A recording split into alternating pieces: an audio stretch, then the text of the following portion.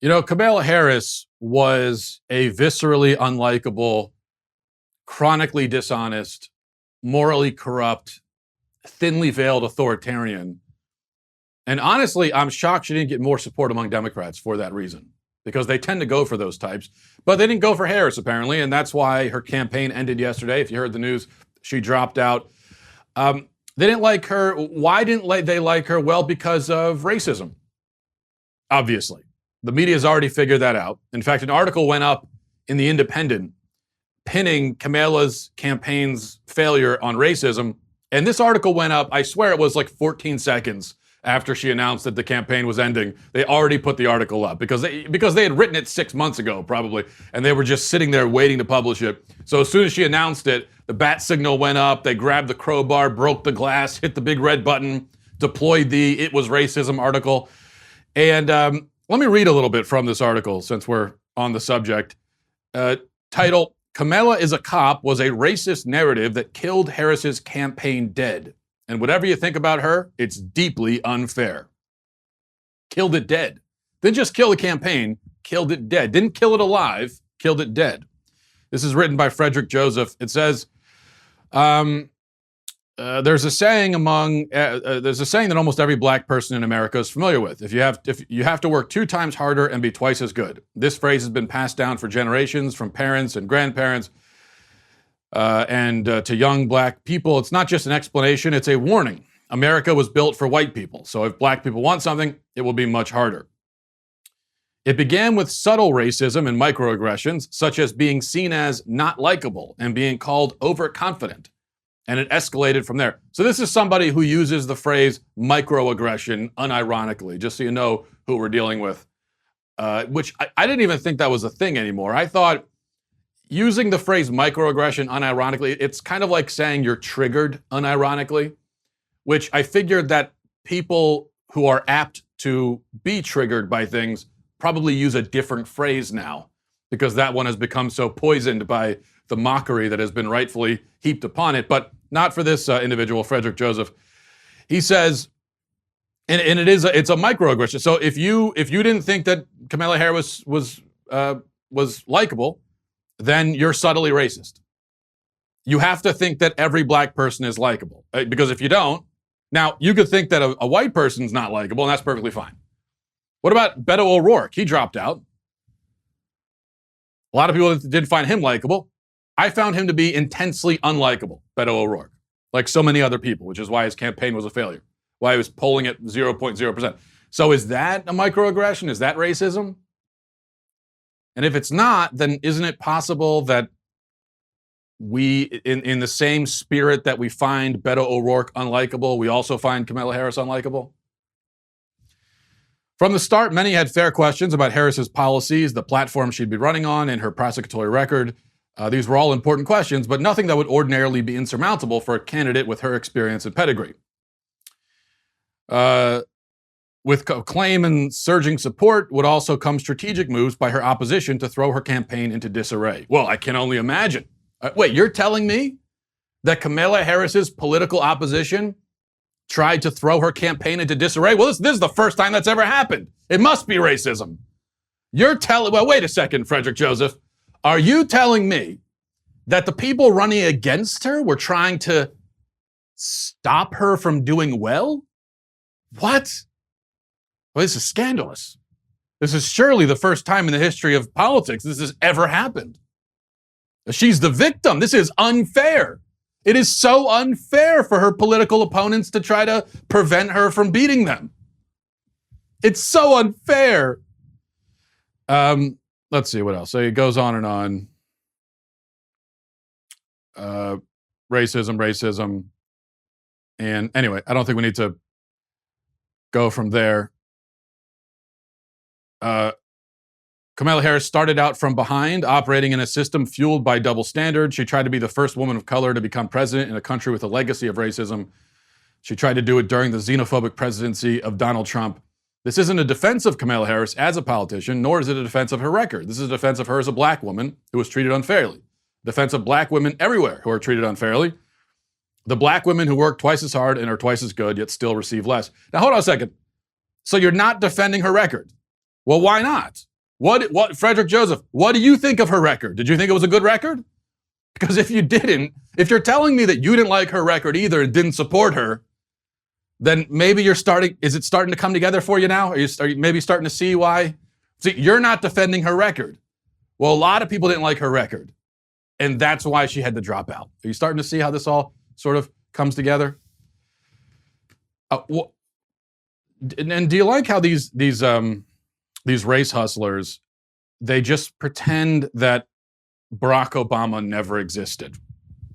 We're just going to pretend that never happened.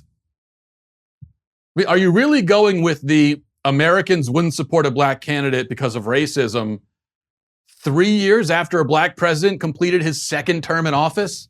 Is that really what you're going with? This is one of those things. It's like, you know what it's like? It's like when people always say that the I have a black friend excuse isn't a good defense against racism. It's kind of the classic, it's considered the classic bad defense against racism. But actually, I mean, it's a pretty good defense. It might not be bulletproof, but it's pretty good because it stands to reason that racists probably don't have friends that belong to the race that they're racist against. Just like, you know, if you call a guy an anti-Semite and then he tells you that, well, I just got back from my Jewish friend's daughter's bat mitzvah, it doesn't mean he's not an anti-Semite, but it's pretty good evidence that he isn't it? It's at least evidence in his favor. To act like it's not even evidence, like it can't even be brought into the discussion, is just absurd. Of course it can. Well, it's the same thing with a black president. We're told that, America had a black president isn't a good defense against the charge that America is systematically racist, but it kind of is, though. It may not settle the dispute. There have to be other things brought in, but it's a really good piece of evidence in favor of the claim that America is not systematically racist. And if it isn't, if electing a black man president isn't even evidence that America might not be systematically racist, then what you're really saying is that the claim America is systematically racist is unfalsifiable. You're saying that nothing could be evidence against it, because if that's not evidence against it, then I can't imagine then there couldn't possibly be evidence. Because that's about as good a single piece of evidence that you could possibly present. And if you're tossing that out, well, then what you're saying is it's unfalsifiable, which is another way of saying that your claim has no real support or basis. And so there you go. Meanwhile, Cory Booker is still in the race, isn't he? He didn't drop out yet. So we're going to race him too? Pretend he's not there? There was one other thing from this article. I skipped right past it, but there's somewhere in here, I believe, he mentions the claim that Kamala Harris, quote, isn't black enough. And he gives that as evidence of racism against Kamala Harris. But if that claim was made, here it is. At one point, it even appeared that social media bots were maliciously spreading tweets claiming she wasn't black enough and questioning her ethnicity. So you're saying that white racists were attacking Kamala Harris because she wasn't black enough? That's what you're saying? Is that how white racists operate? Is that going to be there? No, that's not. You know, generally, with that kind of claim, if that claim was being made, it probably wasn't white people making that claim. All right, let's move on. In fact, there's a lot to talk about today. But first, before we get to any of that, a word from Paint Your Life. You know, we just got our painting a few weeks ago. It's one of our favorite pictures of our kids. They're standing on a dock at the lake at our lake vacation last year. And the painting is just great. It captures not just the kids, but also the background, the lake, the environment. Every last detail is there. It's wonderful. And you can have an original painting of yourself, your children, family, a special place, or a cherished pet at a price that you can afford from paintyourlife.com. This is a true painting done by hand by a world-class artist, created from a favorite photo. So this isn't something that they do like on a computer. This isn't a Photoshop thing where you can make it look like a painting. They actually have a real artist sit down and paint this thing for you. Makes a perfect holiday gift, but it's also great for birthdays, anniversaries, weddings. I gave it as a gift to myself and to my wife, to us. You could give it as a gift to yourself as well. You choose the artist whose work you most admire and work with them throughout the process until every detail is perfect. It's very hands-on. They're very receptive to feedback, and they're going back and forth. And they want to make sure that you love the painting. There's no risk. If you don't love the final painting, your money is refunded. Great for decor. It's a work of art as well. With Paint Your Life, you get your favorite memories transformed into a work of art that will be cherished forever. And right now, as a limited time offer, get 30% off your painting. That's right, you get 30% off right now, plus free shipping, which is a big perk as well. To get this special offer, text MATT to 64,000. That's M-A-T-T to 64,000. MATT to 64,000. By the way, did you guys hear about the drama at the NATO summit? Yeah, apparently Justin Trudeau was talking behind Trump's back, and then Trump found out about it and was totally pissed. And he called Trudeau two-faced, then he canceled his press conference, and then Jake told Becky that Dave had a crush on her, and he was all like, what? And the other people at the lunch table were like, you didn't know that? And she was like, ew. And now I'm just like, oh my God, there's going to be so much drama at Sarah's party on Friday. Because yes, our world leaders are a bunch of middle schoolers, if you didn't know. That's basically how that works. Although I did appreciate, with Trump calling Trudeau two-faced, I did appreciate the joke there. I wish that he had been more explicit with the joke, because of course, this is Trudeau we're talking about. He's literally two-faced. He's got two faces, one white and one black. So that was an accurate assessment. I wish that Trump had gone all the way with that comeback and made the explicit connection between two-faced and the blackface thing. He didn't quite do it, but it was still it was a good comeback nonetheless. All right, there's something else I wanted to talk about. A freelance writer for the New York Times and for some other publications as well. Her name is Susanna Weiss. And according to her bio, she specializes in feminism, sex, and psychonautics. I don't know what psychonautics are, but you kind of get a general impression of what we're dealing with here. And she recently attempted to basically instruct the unwashed Twitter masses about the intricacies of consent. And the main thing Weiss wanted us to know is that consent is necessary in every sexual encounter, even if it's a sexual encounter via text message. So Weiss tweeted, she said, ask consent for all sexual encounters. Yes, even sexting. I just came up with this script. You're all welcome to borrow. And then she actually provided a script of how you might obtain consent in order to sext with someone. And her script has the would-be sexter saying, I've been having some sexual thoughts about you I'd like to share over text if you'd enjoy that. That's the opening line.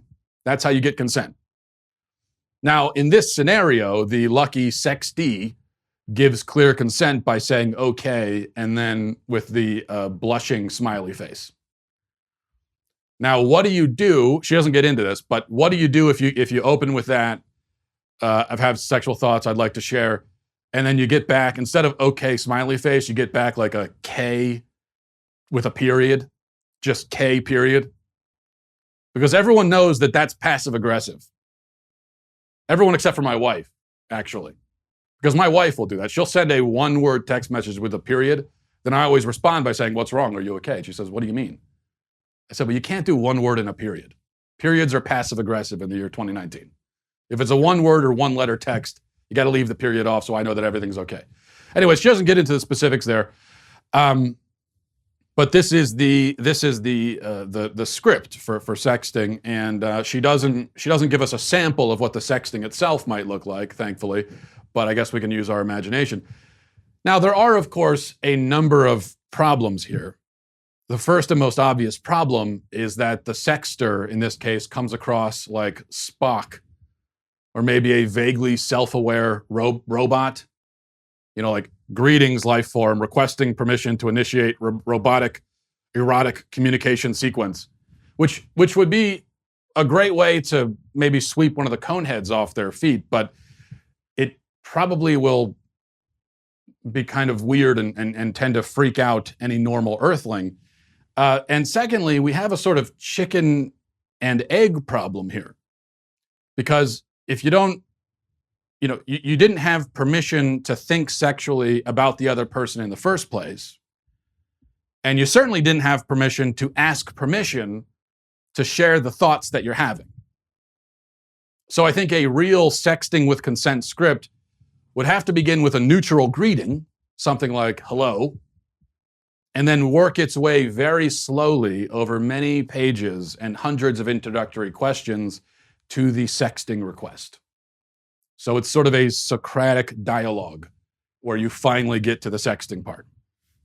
Now, it's probably not fair to pick on the sex expert Susanna Weiss here, because she's just one small example of a growing trend with her notion of consent. This brings to mind, for example, a few months ago, maybe you saw the consent condom, which would require 4 hands to open. And NBC News said that it makes a powerful statement about consent. More troubling, certainly more dangerous, are the affirmative consent laws across the country, especially on college campuses. And what the affirmative consent law says is that any sexual encounter, even one that seems to be consensual, can turn into rape if consent is not verbal and ongoing. Now, what does ongoing consent mean? It means that throughout the act, and really it always comes down to the man, throughout the act, the man has to stop and has to be given continuous and explicit consent to continue as it's happening. And then there's a consent checklist over at Cosmopolitan, which takes it a step further. Now, at Cosmopolitan, with their consent checklist, item number 3 on the list, and this is a checklist that you go over before engaging in sexual activity to make sure that you have consent. Now, here's item number 3 on the list. Is consent ongoing before, during, and after an encounter or throughout in a relationship? After. They're saying you have to get consent for a sexual act before it happens, while it's happening, and also after it's already happened. How does that work exactly? Who knows? But it does mean that you may become an unwitting rapist if consent for sex is withdrawn after the deed's already been done. Then Planned Parenthood, which is an organization that, by the way, violates the consent of 300,000 unborn children a year by killing them without their consent.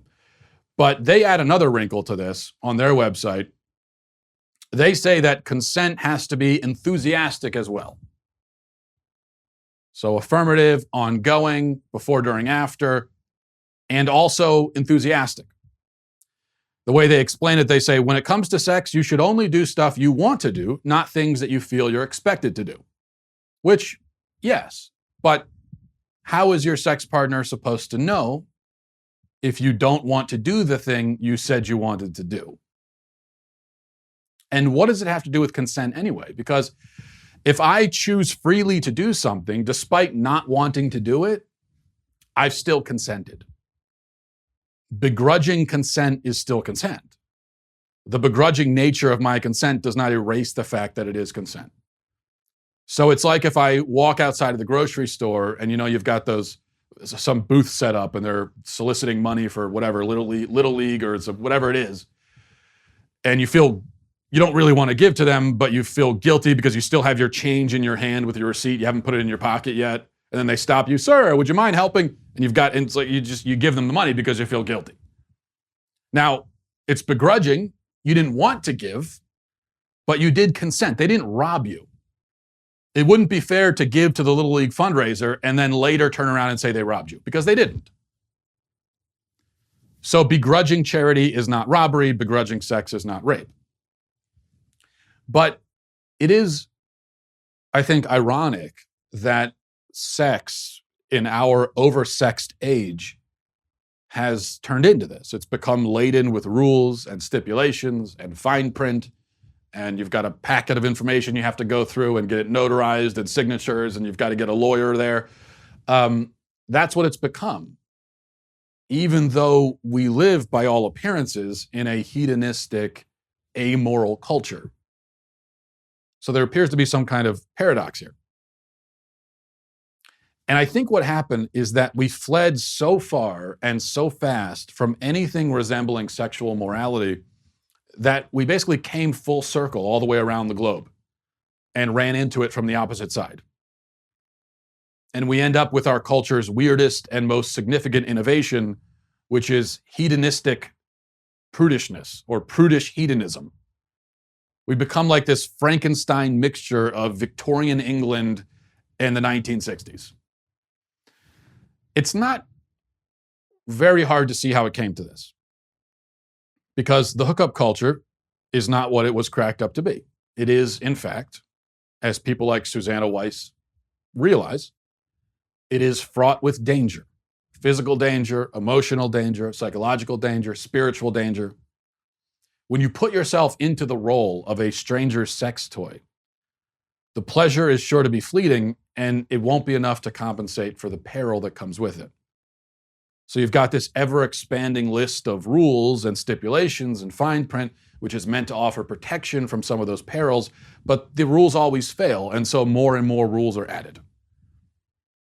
But here's the point. Why are these rules necessary to begin with? They're only necessary because we've thrown out the two ingredients, or the three ingredients, the main ingredients that make sex truly joyful and also truly safe. And those ingredients, as much as we hate to admit it, are love, devotion, commitment, also known as marriage. So the cosmopolitans and Susanna Weisses of the world, they're not giving us rules for sex per se. Rather, they're giving you rules for sex with strangers who don't give a damn about you. What they're saying is, if you're going to do this with someone who doesn't care about you and who you hardly know, well, then here's a whole list of rules to keep you safe. They're trying to spare you from the danger inherent in giving yourself to a person who doesn't know you and doesn't care about you and doesn't love you. But what they don't want to admit is that the best way to avoid those dangers is just to not do that to begin with. You don't need to worry as much about the lawyerly stipulations if you're with someone that you know, you love, and you trust.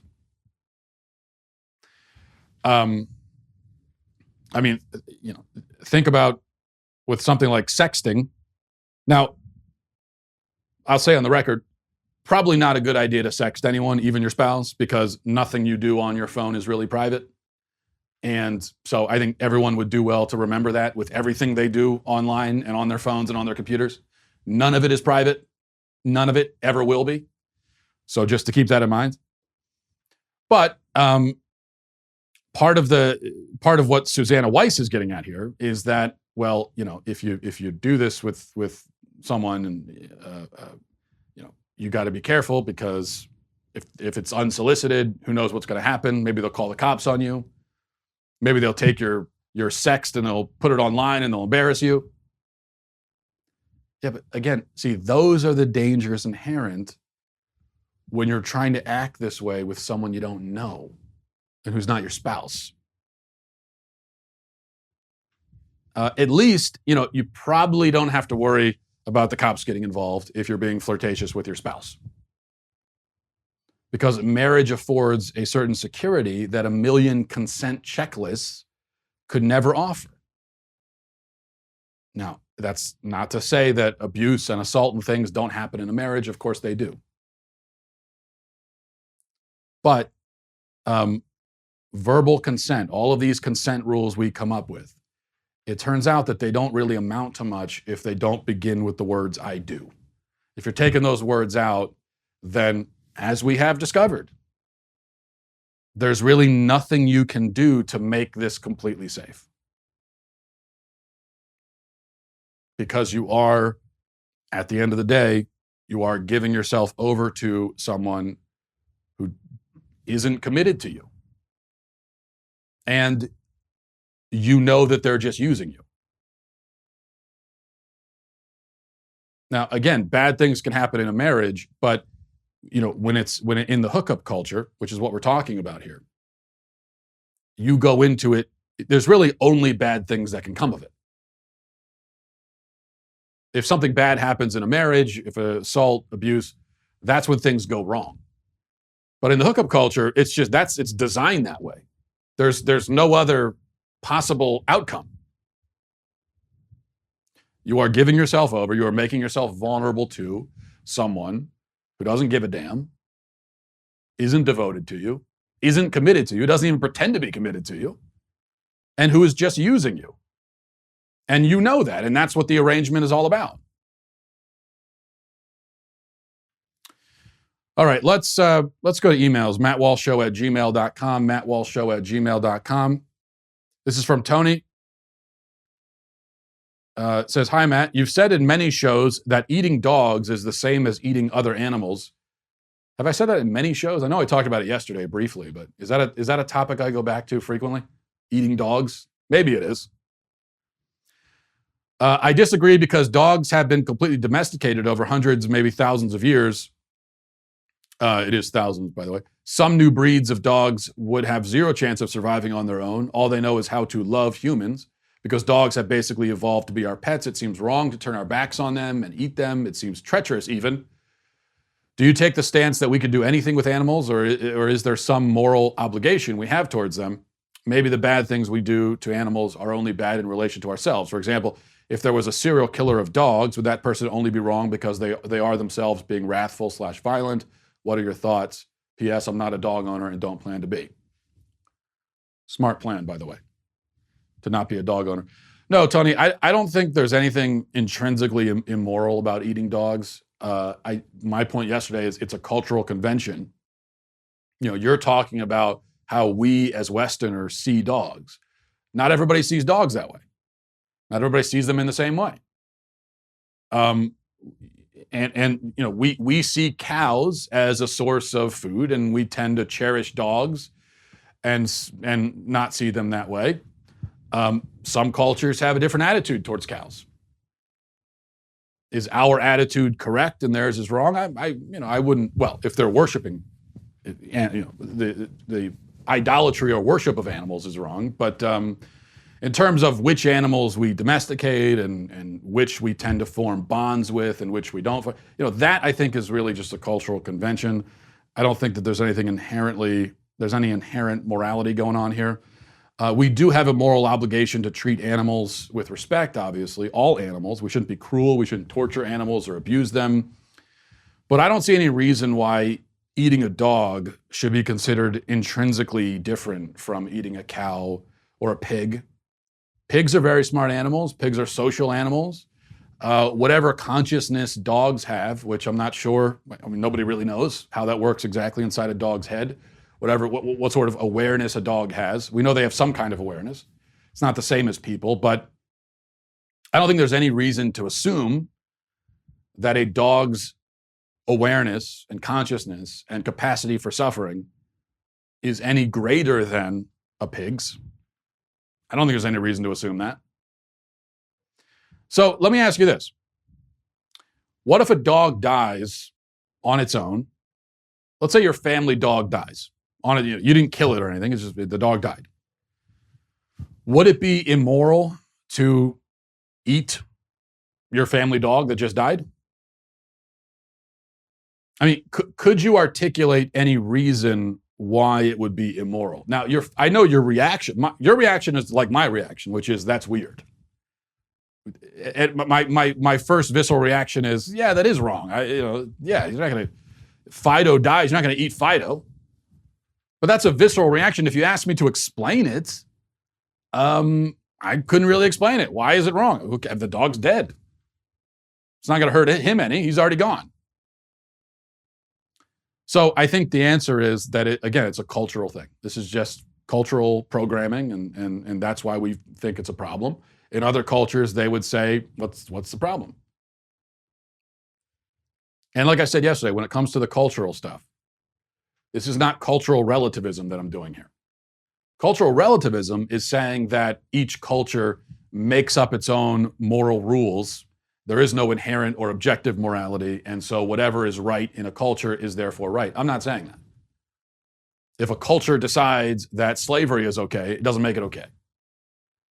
But there are some things that are just conventions, and I think that this is one of them. When it comes to your diet, okay, I think that's a classic example.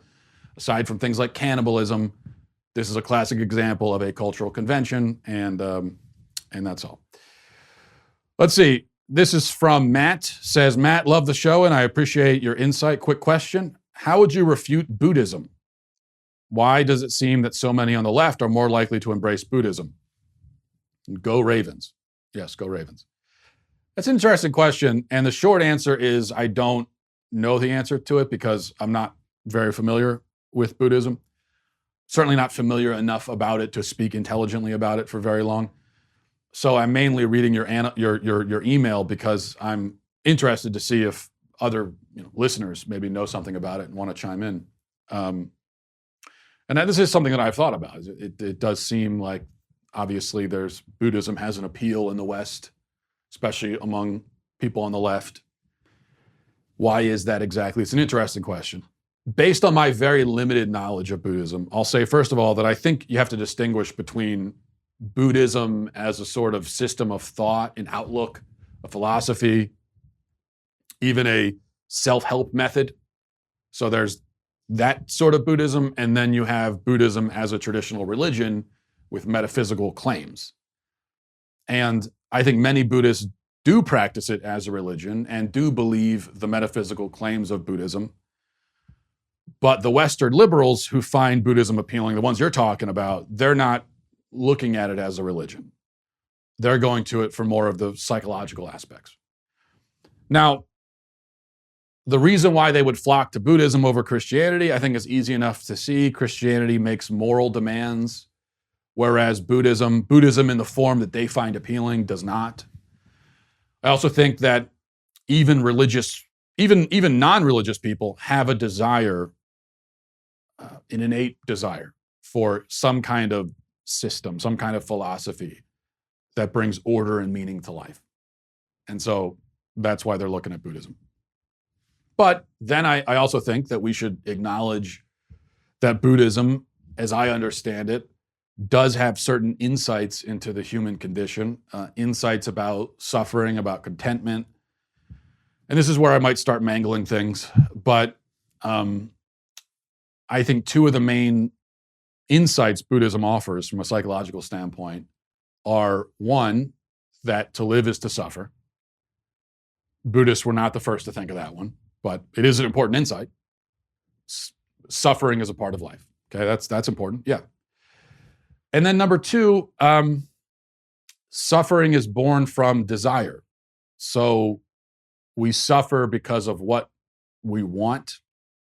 In all cases of suffering, you're suffering because something is not happening that you wish was happening, or something is happening that you wish was not happening.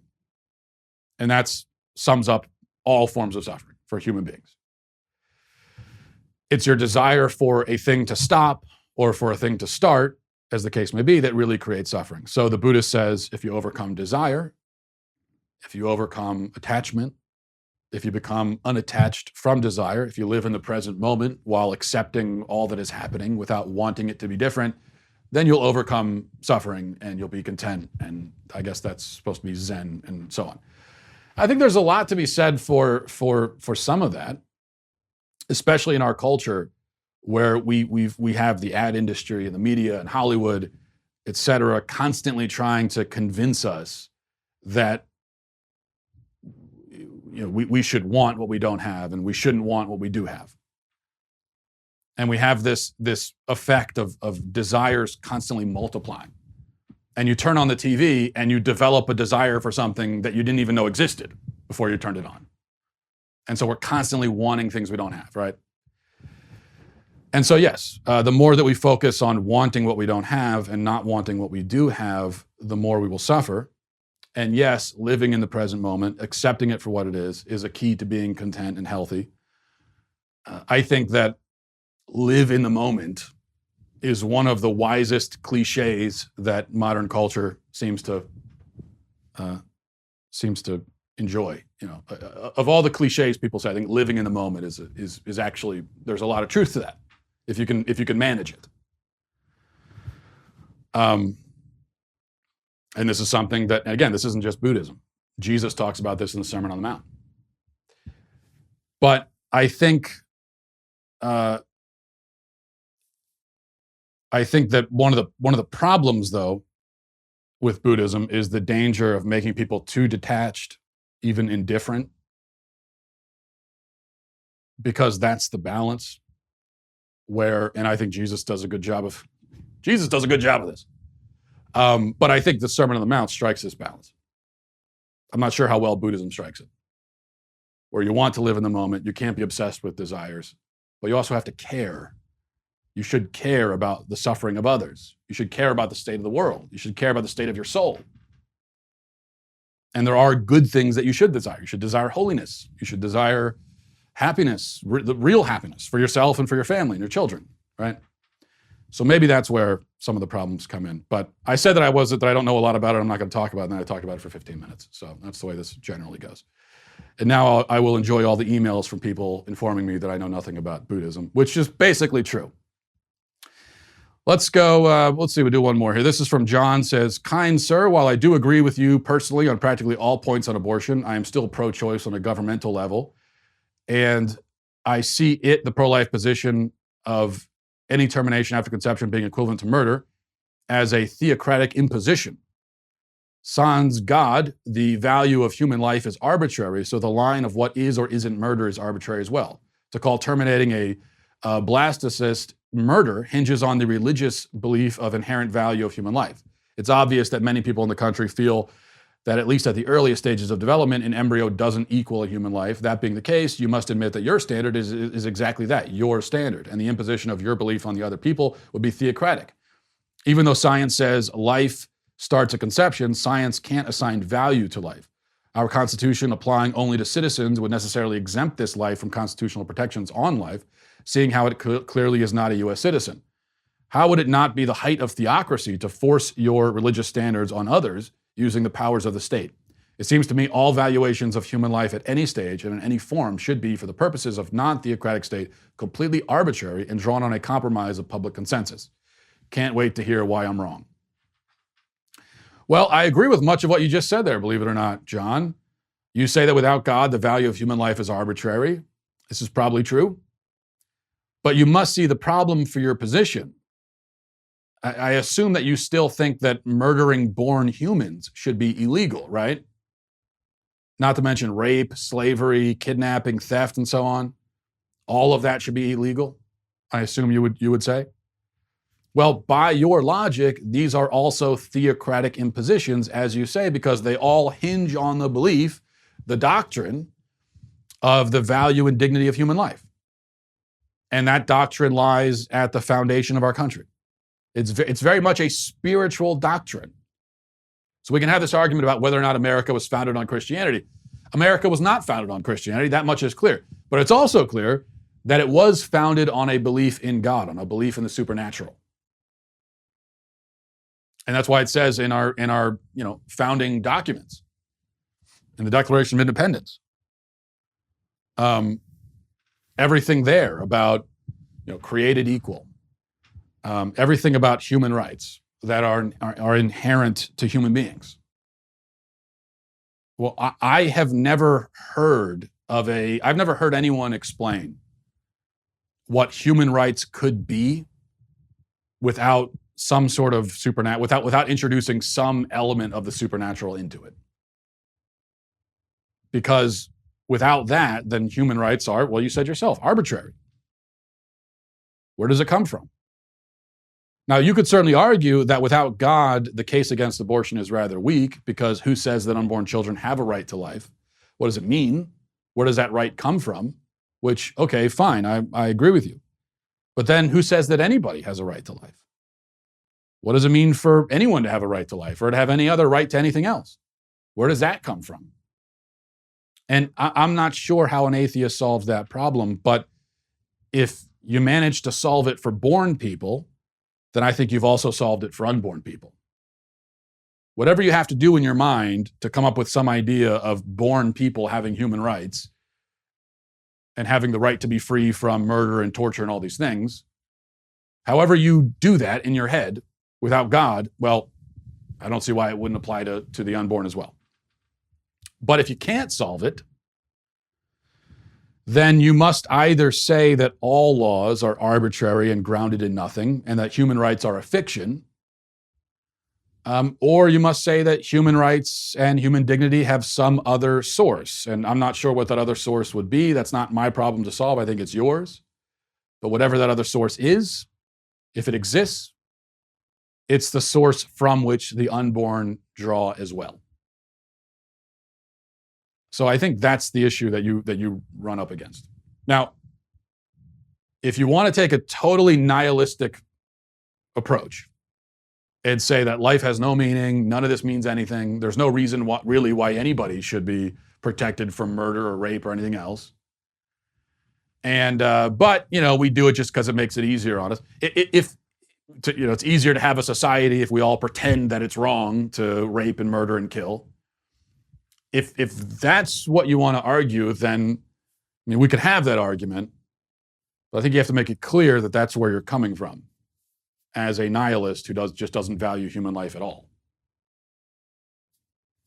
And I admit that would be a more difficult conversation to have, because if we're starting, if we do not have a starting consensus that at the very least human life has value, if we can't even agree on that, then it does make it more difficult to have the conversation. But if that's not the world you want to live in,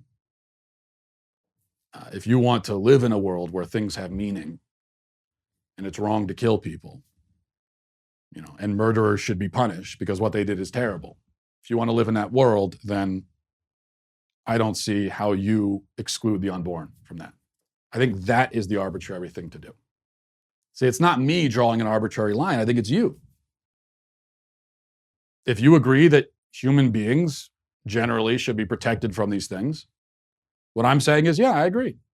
I'm with you. So these are human beings. Why exclude them? What reason is there to exclude them? I kind of would say that the burden of proof is on you to come up with a good reason for I think that our starting point, our default position, should just be assuming that all human beings in any stage of development should be protected from murder. I think that's our default. If you want to draw a line and start excluding people, then I think the burden of proof is on you to explain your reason for that. And I don't think that you've done that here. But I appreciate the email, though. And I appreciate everybody for listening and watching. Have a great day. Godspeed.